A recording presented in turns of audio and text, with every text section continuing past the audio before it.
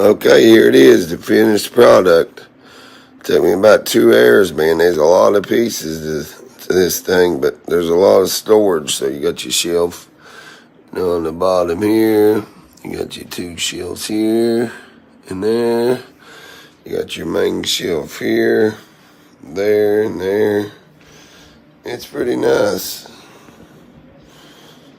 It's a good looking shelf, and I got her a new chair. I just put her a big new chair together there a couple nights ago. But I tell you, it took everything in me just to do this, because I was just so tired. But it looks great. It's a good looking shelf, and if I feel any better, I want to try to.